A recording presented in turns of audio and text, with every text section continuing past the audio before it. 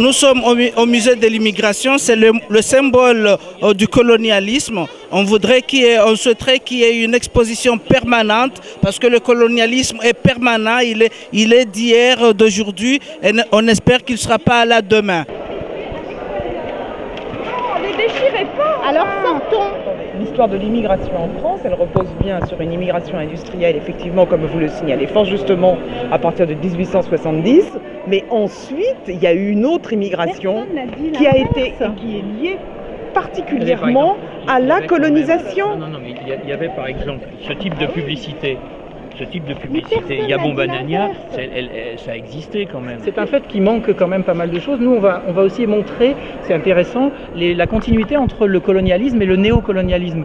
Parce que la France est toujours présente en Afrique, vous ne l'ignorez pas. Nos multinationales se servent allègrement. On ira non, mais ce que je ne comprends pas, c'est qu'on oppose.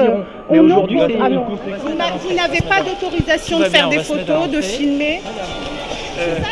Elle est très troublée. Je pense que ça lui pose un bug de conscience. Je ne vous parle pas à vous particulièrement, vous n'avez pas plus d'importance que les autres.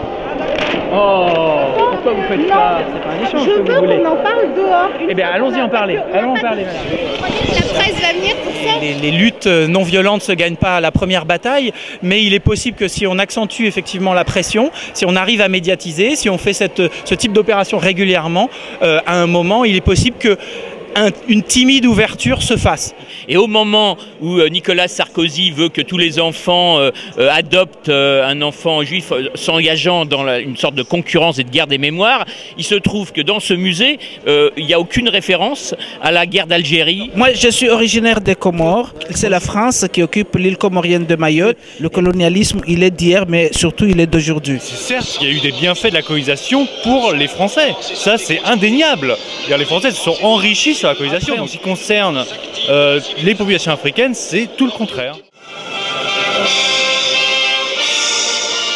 La faiblesse de l'Afrique, qui a connu sur son sol tant de civilisations brillantes, ce fut longtemps de ne pas participer assez à ce grand métissage. Elle a payé cher l'Afrique, ce désengagement du monde qui l'a rendue vulnérable. Ce métissage, quelles que fussent les conditions douloureuses de son avènement, est la vraie force et la vraie chance de l'Afrique au moment où émerge la première civilisation mondiale. Nous prenons date pour nous revoir et pour travailler sur le fond. Je pense qu'aujourd'hui, c'est un premier coup de semonce. On montre qu'on a envie qu'il se passe quelque chose, que ce musée change. On va négocier notre départ, évidemment, mais on n'en restera pas là.